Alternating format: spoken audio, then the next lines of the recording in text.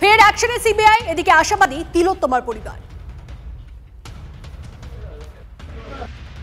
এতদিন আমরা এই নামটা সামনে আসছিল না, আমরা এই অতীন ঘোষের নামটা হঠাৎ করে আজকে এসছে। একটু তো মনে হচ্ছে যে না, সিবিআই এই ব্যাপারটা অন্তত দেখছে, দুর্নীতি ব্যাপারটা একটু দেখা দরকার। আর আমার মেয়ে দুর্নীতির বলি সম্পূর্ণভাবে, সিবিআই বলুক আর না বলুক, শেষ পর্যন্ত বেরোবে। আমরা যেভাবে লড়াই চালাবো, আমরা এইভাবেই লড়াই চালাবো, যাতে এই জিনিসটা বেরিয়ে আসে সামনে। দুর্নীতির সঙ্গে যুক্ত আমার মেয়ের মৃত্যু, সেটা সামনে আসবেই। সুপ্রিয়, তিলোত্তমার মা বাবা তারা বলছেন তারা আশাবাদী এবং দুর্নীতির বলি হয়েছে তিলোত্তমা, সেই বিষয়টা নিয়ে এখনো তারা স্পষ্ট, এবং এই যে সিবিআই ফের তেড়ে ফুড়ে নেমেছে তাতে আশাবাদী তারা।